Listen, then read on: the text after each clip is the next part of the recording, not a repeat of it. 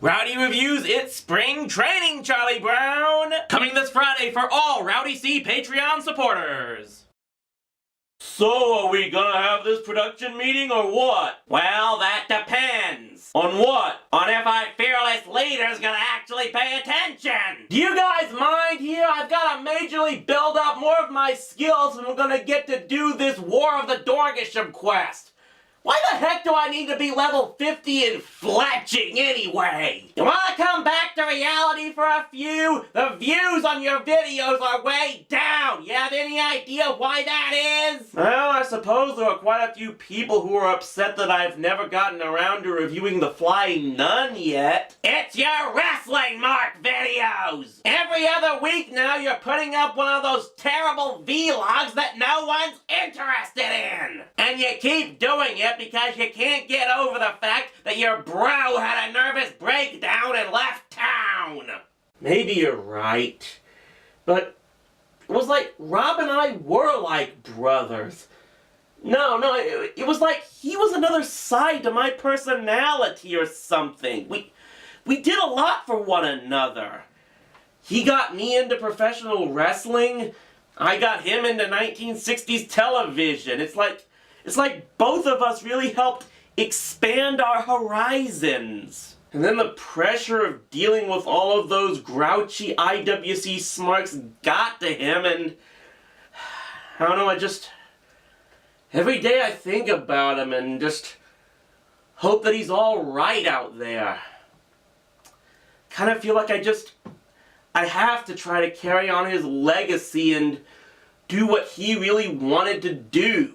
Well, maybe you should do a better job at it. Instead of one of your boring, terrible vlogs like you're trying to duplicate Spoonie or something, maybe you should go back to doing an actual review video on wrestling. You need to put out some better content if you're gonna shill your Patreon as bad as WWE shills their online network. And hey, for the record, those vlogs can't be half as bad as some of the crap WWE did in the Attitude Era. I mean, remember that god-awful Brawl for All segment? Ding, ding, ding!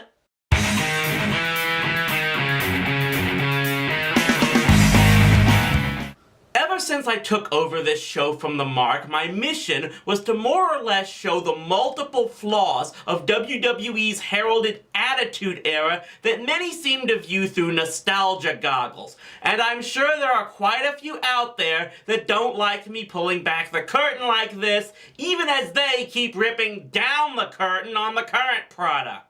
However, there is one product from the Attitude Era that even the most nostalgic smarks should find impossible to defend.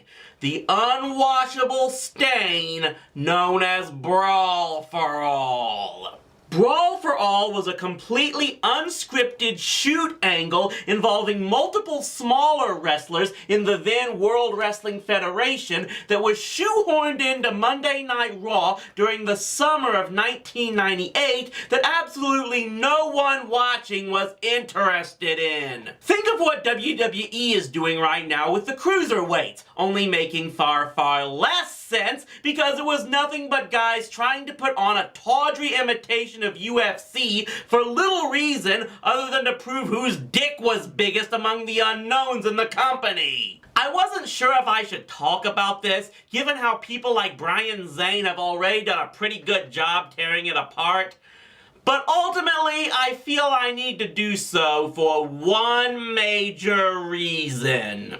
Brawl for All should forever be Exhibit A against the idea that professional wrestlers have any business at all getting into actual competitive sports, especially combat sports. Yes, I am well aware how many wrestlers got their start playing other sports like football, but that still doesn't change the truth that when you commit to being a pro wrestler, you become 3/4 actor, 1/4 athlete at best. You become accustomed to working in a completely controlled, scripted environment where you always know ahead of time just what the person you're working with is going to do and vice versa. Yes, Brock Lesnar went from WWE to UFC and became heavyweight champion. But keep in mind, Lesnar was still in his 20s when he started in UFC after being in WWE for just 2 years and having spent another 2 playing football that got him accustomed to real competition again. Oh, and there's also the little detail that Brock is an absolute freak of nature! Now, when you have someone like CM Punk thinking he can do UFC in his late 30s after having been nothing but a pro wrestler his whole life, was anyone really surprised that he got his ass handed to him on a silver platter? The point is that training and preparing for real competition is a whole different universe than the choreography of pro wrestling, and if very few can make that change over time, how could they be expected to do so instantaneously? But this was an example of ego and machismo overtaking common sense. The creation of Brawl for All was centered around the wrestler known as Bradshaw, who claims it was developed from his idea to have a full hardcore division in the Federation to help give airtime to the supposed tough guys in the locker room who weren't being made into full wrestler characters. However, former head writer Vince Russo has said he came up with the idea specifically because of Bradshaw's bragging in said locker room that he could beat up anyone in a real fight. And considering that Russo's longtime foe Jim Cornette also says the idea was Russo's, I think we know where credit can be given. Full disclosure, I don't want to sound like a complete Vince Russo apologist, but I have to give him credit that he knows how to produce television, and like it or not, WWE is a television product. One thing that turned me off to Cornette was him trying to discredit Russo by saying he'd come up with 100 different ideas and 98 of them were bad. Yeah, Jim, that's what you're supposed to do! You create and pitch every single idea possible, including the ones you know aren't good, because it makes it clear you are creating ideas. Then it's the job of the people around you to help you sift through all those ideas and pick out the ones that are good. But yeah, this was one idea that needed to be filtered out and didn't. Likely because tough man contests were all the rage at the time, and WWE has always been about capitalizing on trends. That, and the fact that Vince McMahon already had the dream of expanding into actual competitive sports at the time. So basically, Brawl for All was the precursor to the XFL. We're gonna have such fun! Now, we're definitely going to have to talk about how much of a disaster this thing was from an athletic standpoint, but first I want to talk about how much of a problem this had to have been from a TV production standpoint. Almost all segments in a wrestling show, especially a televised one, have set time limits as to how long they will last, and that includes matches as well as promo segments. One of the things that has always fascinated me about WWE programming is how they make that happen. I love going to see Raw and SmackDown live and seeing what goes on while they're on breaks to find out how they get everything prepared for the next segment. But with this thing... Okay, a Brawl for All segment would essentially be 15 minutes, with the match itself lasting about 5 minutes, all rounds and breaks taken into account. But if one person scores a knockout, the match is over early, and then you've got to fill in those remaining minutes with something, which can't be easy given the announcers have no script to work off of for that segment, since they themselves went in with no prearranged idea as to what would happen. And remember, this was back when Raw was still just a 2-hour show. As much as the new cruiserweight division has fallen on its face, it at least makes some sense that WWE would keep airing their matches on Raw because of how difficult it's been for them to produce enough content for a 3-hour show. This would be taking away a half hour's worth of segments total, a quarter of that show's airtime from wrestling matches or promos, and it still had to absolutely wreck the planning for the show because there was no guarantee they would take up that much time anyway. And just what type of product were they getting in those segments? Brace yourselves for boredom. The first Brawl for All bouts were on June 29th, 1998, the night more well known for when Stone Cold Steve Austin won back the world title from Kane just 24 hours after he lost it. Another big flop of the Attitude Era that maybe I'll talk about in detail another time. And Blackman quickly going for a takedown, and Blackman taking down Mero, and that will be a takedown for Blackman, and Blackman breaks the hold. Once a takedown is earned, both men will return to their vertical base. Right. That's two. I'd say that's 2 takedowns, wouldn't you? Blackman with 2 takedowns on Marvelous Mark Mero here. Well, add that to the list of what I'd watch an Eva Marie match instead of. This is basically what we got for the first 4 weeks of the competition. The first round featured almost nothing but takedowns and incredibly slow-paced matches that almost all ended in decisions. So basically, Brawl for All was only slightly more entertaining than the Floyd Mayweather fight. And the crowd definitely made sure their opinion on it was known. Crowd here, of course, there's nothing to compare this to. The atmosphere a little bit different here. I guess sometimes the more things change, the more they do stay the same. And after that first round, things really began to crumble apart. Steve Blackman and Dan Severn pulled out of the tournament after winning their first round matches, forcing the two they beat, Mark Mero and the Godfather, to get put back in their place for the second round. But even Blackman and Severn had more of an impact in the tournament than perhaps the guy who had the best chance to win the whole thing, as actual former UFC fighter Ken Shamrock didn't take part at all. While Blackman backing out was due to a legitimate injury, there remains some debate as to the removal of Severn and Shamrock. Severn originally claimed he had nothing more to prove after winning 1 bout, and others have said he was too frustrated with the rules and having to wear boxing gloves. While Shamrock supposedly believed the bonus pay was not enough to justify the risk of getting hurt. However, Severn would later say in interviews that the creative heads backstage never wanted him or Shamrock to be in the tournament and made them pull out. Which is actually believable given that they were both being used in mid-card matches and angles at the time,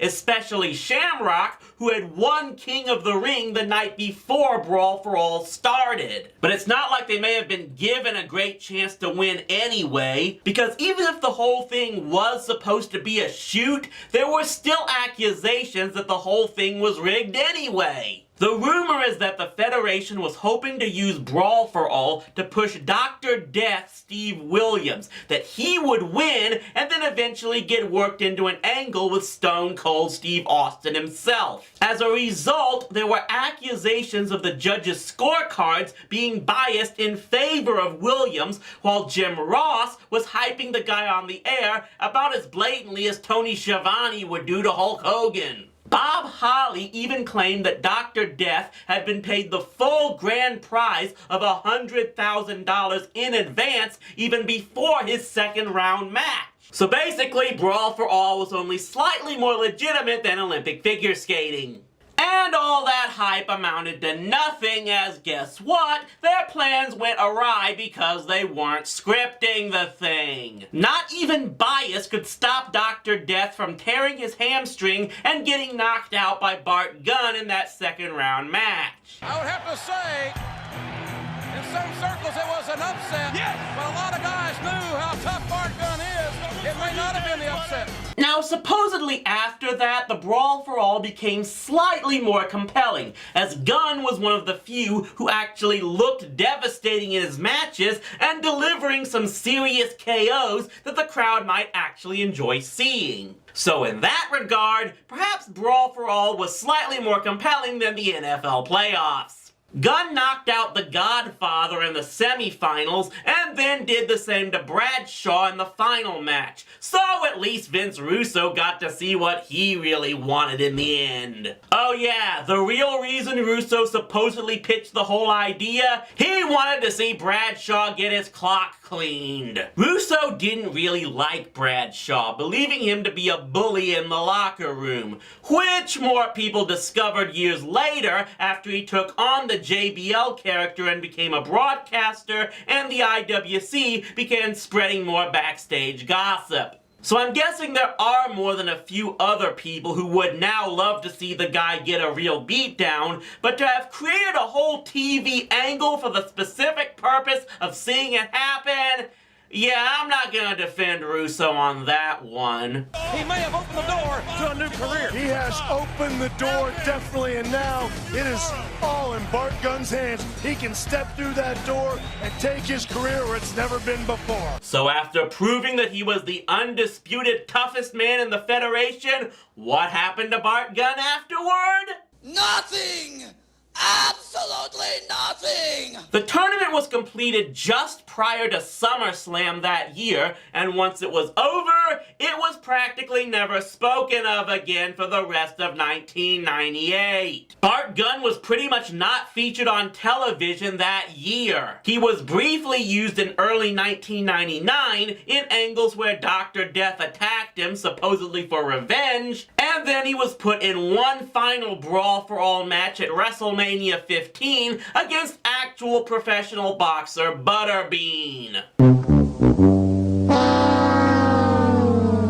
Gunn was released shortly after that, with Holly later also saying that Gunn was thrown to Butterbean in the end as punishment for beating Dr. Death and ruining their plans. Man, it's like if the NCAA was upset over Villanova winning the national championship, so they made them go up against the Los Angeles Lakers. Okay, that joke might have made more sense 5 to 10 years ago, but basically, Brawl for All was only slightly more successful than CM Punk's UFC career.